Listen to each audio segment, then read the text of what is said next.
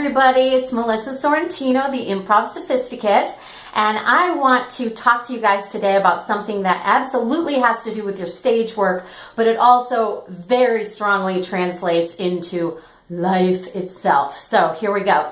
I am super proud of myself because I'm staying on task, and I think I'm going to be able to really bring up something that I just said yesterday in my other upload that I wanted to talk about, and I remembered. So we're going to talk about reps. Reps, okay? It's a word that a lot of people around where, these parts, I'm in Las Vegas, and our community uses the word reps a lot. I wasn't like a person that used that word ever in my life, except for when it came to like resistance training. Yeah, I'm so athletic, y'all. I used to go to the gym and do reps. Now I just pick up dumbbells as I walk by them in my house, and I go, I should toss in a couple of reps, and I pick them up. I actually have dumbbells in 3 strategic places in my house, and as I walk by them, I try to pick them up because I'm getting that over 40 arm shape, and I am not down with that. Okay, staying on the subject, reps, all right? When we do improv, or really anything new, we have something that I'm going to call it head knowledge, and then body knowledge, okay? I'm really big on this, you guys. I think it's a huge deal. You can read about improv, you can watch improv, and you can learn and journal and even just take a lot of classes.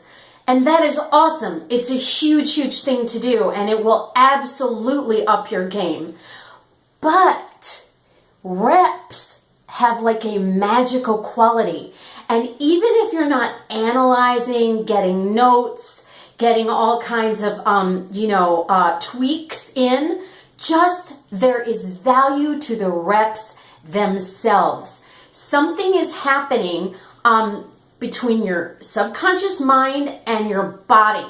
I personally believe that every cell of our body, just like every human being is a cell, is part of the greater universe, that we are super connected in ways that, in like your matrixy concept or spiritual concepts, that we really are hooked in and communicating on levels that we can't necessarily cognitively understand.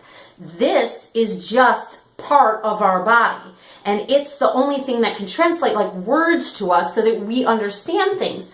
But there's something happening in your cells that is actually a learning curve that's exponential to what your cerebral learning curve is. This is what I believe, okay? So back in the day when I started doing improv, I was doing reps like a crazy person. I liked it. I thought it was fun. And even I think one of the earliest things that I did would have been, I think when I was in a groundlings class, like level 1, hey Jeff White, hey Adam Lamb, what's up y'all? Hey Ryan.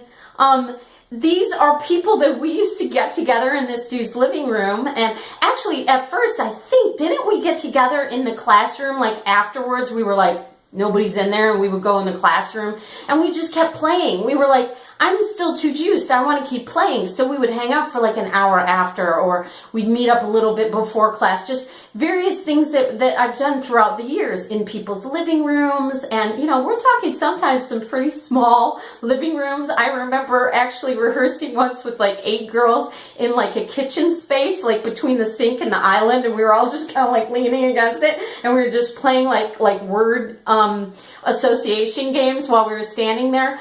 It's just something about those reps is just, it's greasing the improv tools. And no matter what they are, it's like every little muscle, every little angle of, you can do okay, I don't know if you can see me, but you can do your reps like this with your biceps, but you can also do this guy, and that's going to get a different angle, and you can do like your one at a times, and your, it's been a while since I did much with like the weightlifting, but like There's all the different angles that you do when you're, oh, and you can do them this way, you know what I mean? Or you can do the push down. You probably can't feel it, but I'm straightening, I'm pushing down, or, you know, you're pulling up. And there's just, you know, there's this for your shoulder, but then there's this for your shoulder, and then there's this for your shoulder. You know, oh, I'm getting a nice workout, you guys. But all these different angles to your reps. It's the same with improv. It's the same with anything. So just knowing that you're clocking hours. Me with these videos, I'm doing reps, you guys. I'm doing reps of these videos right in front of you, which in some cases is embarrassing and some it's not. So another part of improv that applies to reps is this concept that when you're doing reps, you're not necessarily goal-oriented, okay? So give yourself that freedom. I want to talk about freedom, and I want to talk about discipline. And sometimes you're going to go in this camp, sometimes you're going to go in this camp.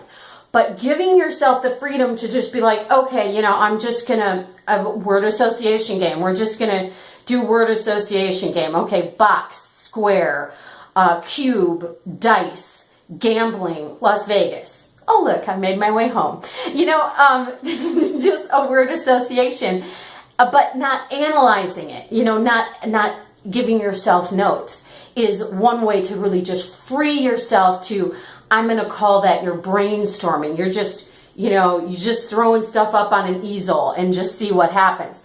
That's a wonderful thing to get your reps of doing that, get reps of freedom. But also, there is the discipline part of reps. And this is something I definitely want to share with you guys. When you're doing your dumbbells at home, okay? You're doing like yay, all right? You're doing your dumbbells at home. I should do space dumbbells. Look, I was doing bad space work. I was doing this for my dumbbells, and I should be doing this, right? So when you're doing, okay, well, right there, let's just take that. That is what I want to talk about. Challenging yourself during your reps to be at the tip top of your game will make each rep so much more valuable. And okay, I'll finish that thought. So you've got your dumbbells and you're doing your reps, right? That, you know, with fitness, I'm not a fitness you know, instructor by any means, but you know, you could be like, okay, I see people at the gym sometimes. Well, let's just be real. Melissa saw back in the day when I used to go to a gym. But, you know, I would see people and they're like, I can't even do it as shitty as they would do it. They'd just be like, you know, they're not even going all the way down with their arm. They're not going all the way up. They're just like this. They're just going like this. And I'd be like, what value is that? You're going to have to do 1 billion reps to get any value. But, you know, you go like this, all the way down. You know, get that full extension all the way up. Get that full pinch there, that, you know, go all the way up, all the way down, all the way.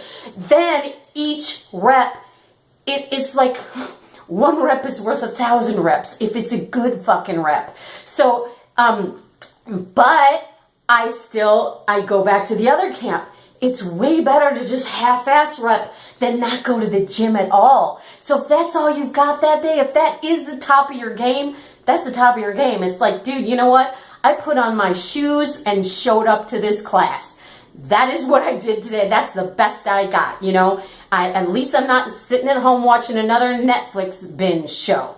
I'm here. So showing up at all might be the top you've got. And that's awesome. Give yourself some space and give yourself some freedom to be sloppy and to feel what sloppy feels like. But then also give yourself that discipline to really tippity top your game. So even when you're being sloppy, go full max sloppy. Be like, I'm going to be so fucking sloppy that you ain't never seen sloppy like this, like what I'm doing today to practice how to, you know, finger paint and just make a giant ass mess. So go there, go to the height, go to the tippy tip height of challenging yourself. Now, I don't want this to go too long, but I do think that I can build on this and really blow it out into like more of a life thing.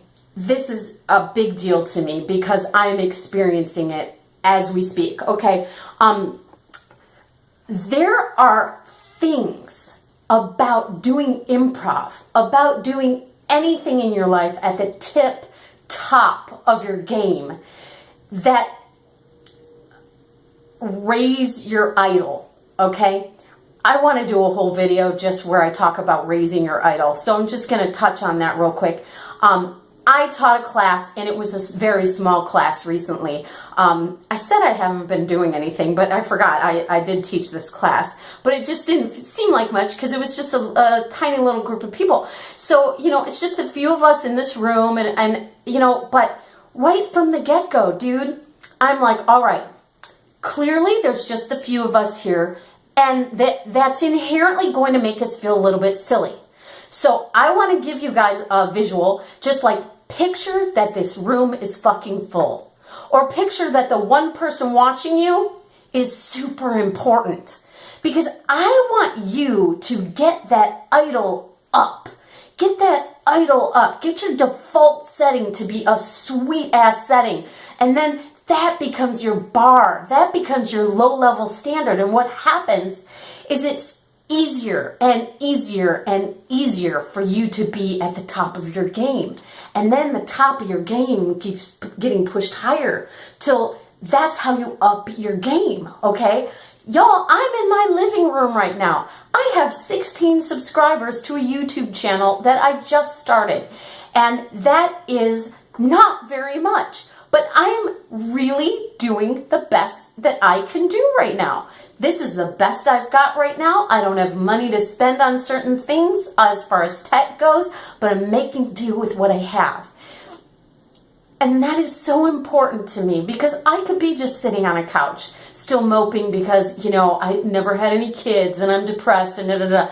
You see where I'm going with this? Okay. So this morning, totally off subject seemingly, but it's really in this top of your game thing. I actually got a hi friend who hooked me up to do this like mock jury trial thing on a computer.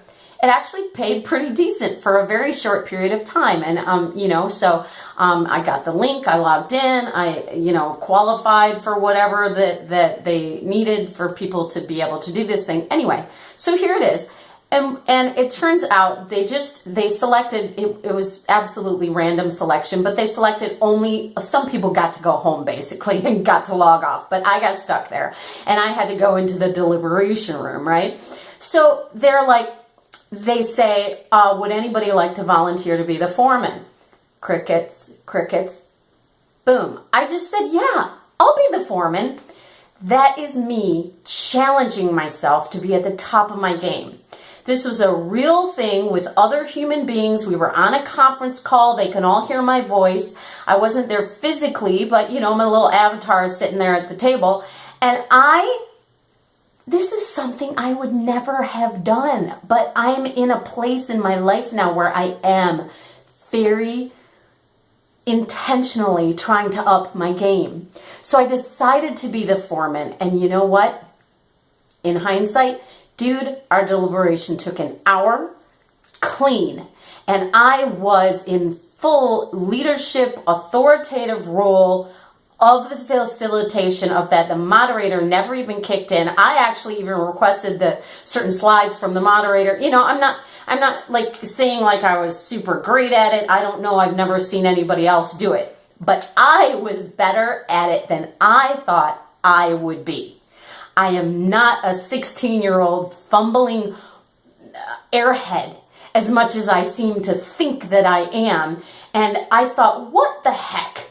Why not get more than money out of this day and a few hours? I got reps in today.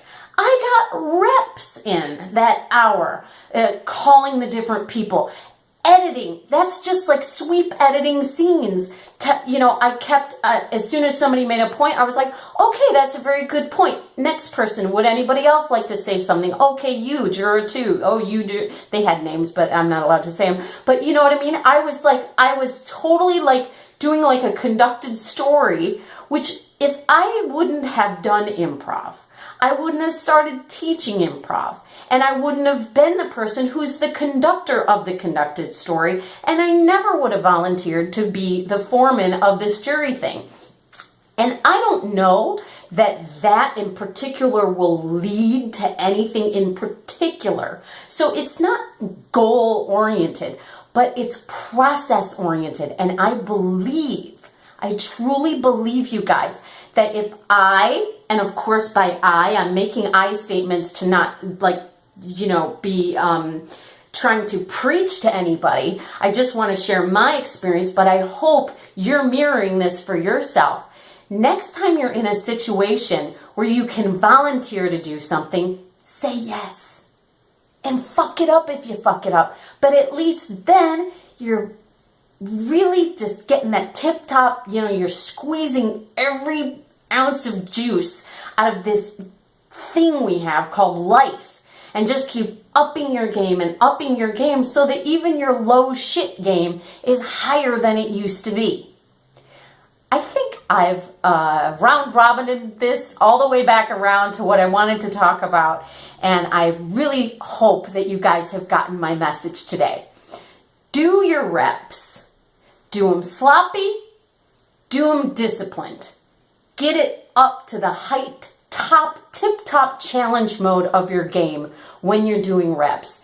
And whenever you have an opportunity to step up and challenge and just keep on bringing that game higher, do it. And when you have an opportunity to get some reps in, get them in.